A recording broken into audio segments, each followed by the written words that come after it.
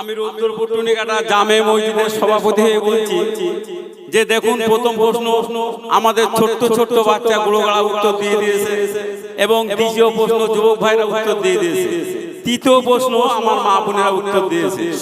তাতে এত সুন্দরভাবে উত্তর দিয়েছে, আমাদের মান সম্মান বজায় রেখেছে।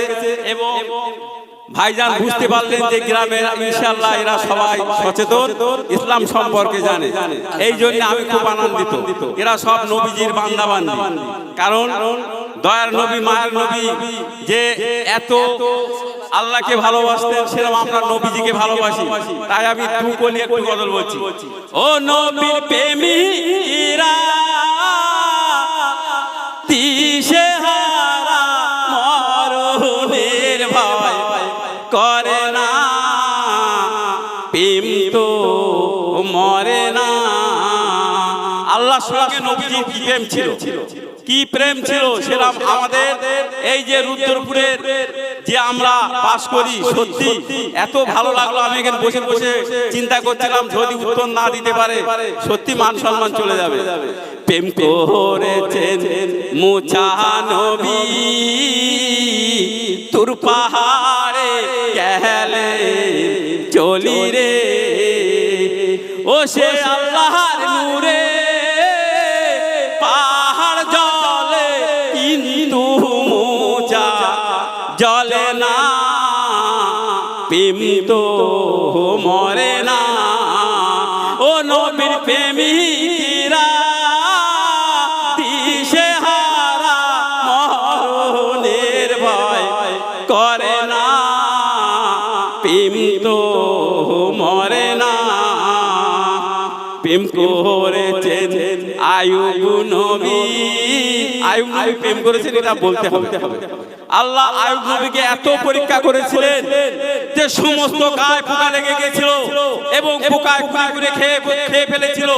যখন একটা পোকা পড়ে গিয়েছিল, আইয়ুব আল্লাহর কাছে কাঁদে, হে আল্লাহ, এই পোকাটা পড়ে গিয়েছে, তো না খেয়ে মরে যাবে। আবার পোকা সেই গায়ে লাগিয়ে দেয় যাতে সেই মাংস খেয়ে বেঁচে থাকে। তাহলে কি ভালোবেসেছিলেন এই আইয়ুব নবী আল্লাহকে। তাই কি বলছে, প্রেম করেছেন আইয়ুব নবী সর্বঙ্গ খাইল কিড়ি গো, ও তার সর্বঙ্গ খাইল কিড়ি, কিন্তু তিনি করলেন না, প্রেম তো মরে না। সমস্ত অঙ্গ যখন খেয়ে নিয়েছে, যখন জিহ্বায় পোকা লেগেছে, তখন আইয়ুব নবী একটা কথা বলেছে। সব অঙ্গ যখন খেয়ে নিয়েছে, যখন জিহ্বায় পোকা লেগেছে, তখন আল্লাহর কাছে একটা কথা বলেছিল, হে আল্লাহ, আপনি সব খেয়ে নিয়েছেন, আমার কোনো দুঃখ নেই, কিন্তু আমার জিহ্বাটা খাবেন না, কারণ এই জিহ্বা খেলে আমি আল্লাহ বলে ডাকতে পারবো না। আল্লাহ শুকরিয়া আদায় হয়ে গেল, আইয়ুব নবীকে আবার সুস্থ করে দিলেন। তাই কি প্রেম ভালোবাসা ছিল। তাই আমাদের রুদ্রপুরের মা বোনেরা এবং ছোট ছোট গুলোগুলোরা ইস্পাতের মতো তৈরি, সমস্ত প্রশ্ন উত্তর দিয়েছেন। আপনি খুশি ভাইজান? আলহামদুলিল্লাহ, বিশাল খুশি। আমি তো আজকে আমি গো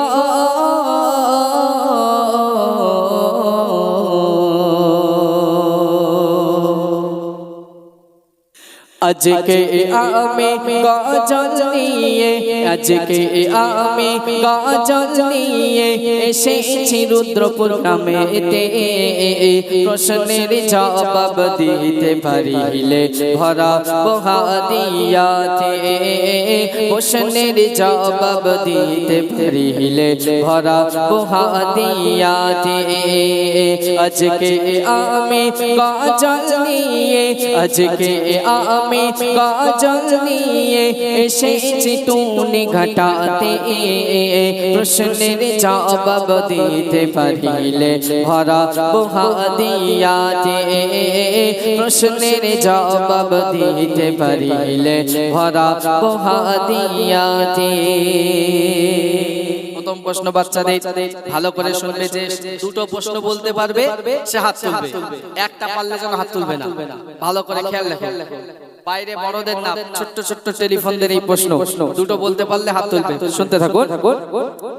প্রথম প্রশ্ন গোড়ো গোড়ো টেলিফোনদের কাছে সর্বপ্রথম মিনার হতে আসান কে গোহাকে প্রথম প্রশ্ন গোড়ো গোড়ো টেলিফোনদের কাছে সর্বপ্রথম মিনার হতে আসান কে গোহাকে তারপর বলো কাবার পাশে তারপর বলো কাবার পাশে কি যে রাখা আছে সেটা ছুঁইলে গোনাহ ঝরে যায় আর বাকি না থাকে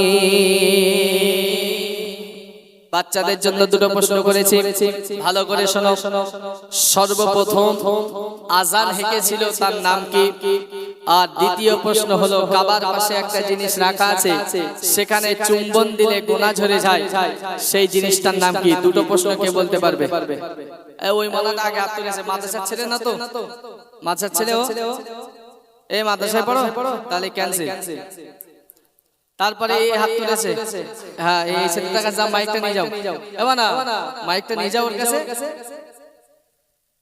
বলো সর্বপ্রথম আজান হেঁকেছিল তার নাম কি হযরতে বেলাল মাশাআল্লাহ এবার বলো কাবার পাশে যে জিনিসটা রাখা আছে চুম্বন দিলে গোনা ঝরে যায় তার নাম কি জান্নাতের পাদর ভুল উত্তর এবার না এটার কাছে নিয়ে যাও ওই বাচ্চাটার কাছে দাও তাড়াতাড়ি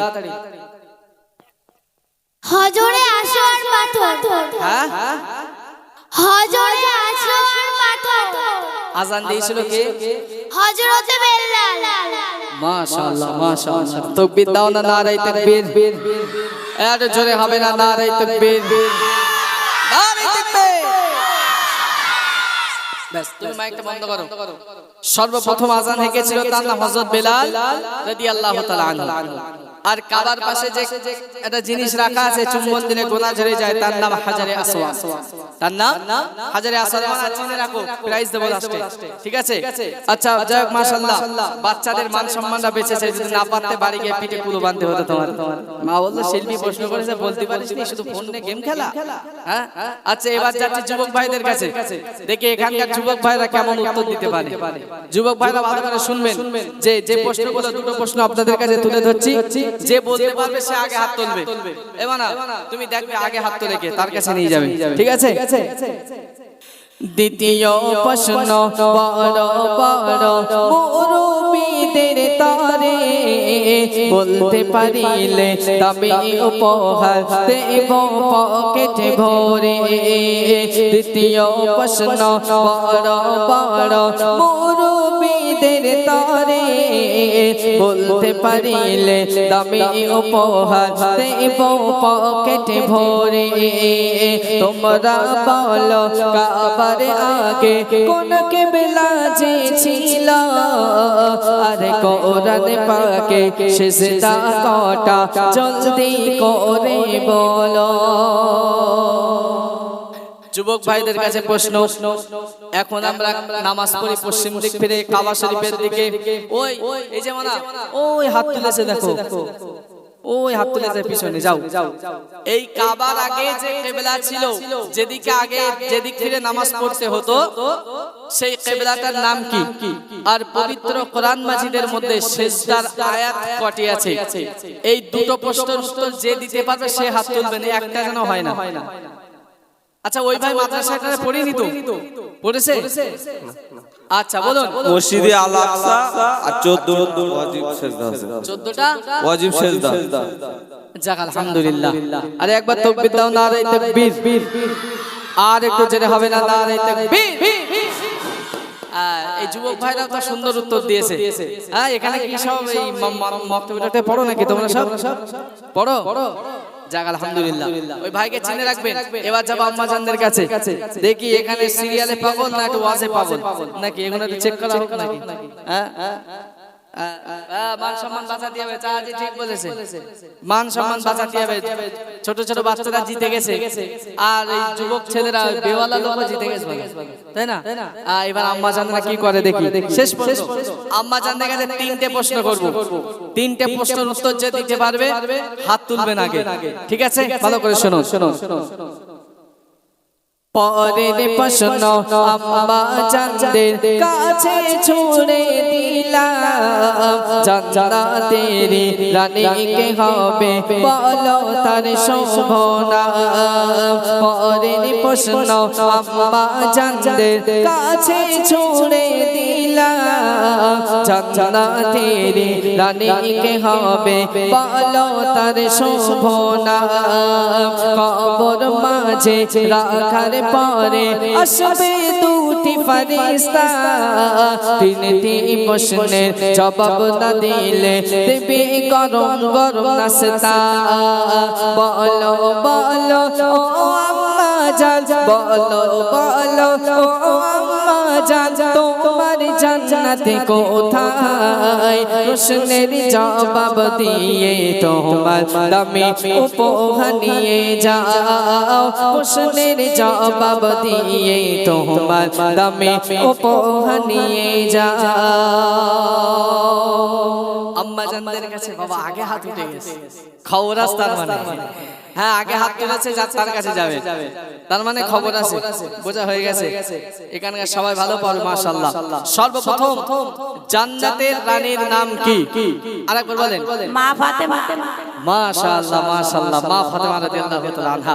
আচ্ছা দ্বিতীয় প্রশ্ন, কবর মাঝে যখন মুর্দাকে রেখে দিয়ে চলে আসবে দুটো ফেরেশতা যাবে, সেই ফেরেশতা দুটোর নাম কি? মাশাআল্লাহ, কারেন্টের মতন উত্তর দিচ্ছে মাশাআল্লাহ। আচ্ছা লাস্ট প্রশ্ন, স্ত্রীর জান্নাত আল্লাহ কোথায় রেখেছে? আমির পায়ের তলায়। কোথায়? আমির পায়ের তলায়। ভাই ঠিক বলে, ঠিক বলে ভাই, বলতে যাচ্ছে না ও যদি বাড়িকে মারে, বলতে যাচ্ছে না ভাই। এখন স্বামীর পাত্রয় জান্নাত আছে? আছে জানো এরা এমন কেউ বলতে না বেগুন বুঝে রে, হ্যাঁ আছে। আচ্ছা স্বামীর পাত্রয় আছে, ঈদি যদি শপিং হিসেবে একটু দেরি হয় তা কি বলে? তোমার আর নেজাতি হবে না, আর আমি চলে যাচ্ছি একা একা। আর যদি একটা ভাগ্যের চক্করে একটা শাড়ি যদি একটা আনে, আর যদি রং যদি একটু অন্যরকম হয়, বলে তোমার চোখে কি 40 হইল নাকি, দেখতে পাওনি? তাহলে এরকম বলে তো নাকি? তাহলে স্বামীর পায়ের নিচে জান্নাত আছে? আছে। তাহলে আমাদেরকে সেইভাবে সাংসারিক জীবন গঠন করতে হবে, সেভাবে আমাদের চলতে হবে, স্বামীর খেদমত করতে হবে, স্বামীও স্ত্রীকে খেদমত করতে হবে। তাহলে সেই সংসারে আল্লাহর রহমত আসবে, আল্লাহর বরকত আসবে। তো মাশাআল্লাহ আমি এই প্রশ্ন করে খুশি হয়েছি যে সবাই সুন্দরভাবে উত্তরটা দিতে পেরেছে। এ বাচ্চারা এই যে এই মাইক্রোফোনটা দাও, এবার দাও দাও।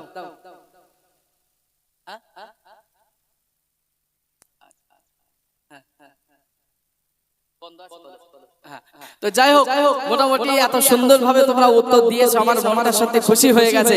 তার জন্য আনন্দের সঙ্গে সবাই মিলে একবার তাকবীর দাও, নারায়ে তাকবীর, আর জোরে সরে নারায়ে তাকবীর, নারায়ে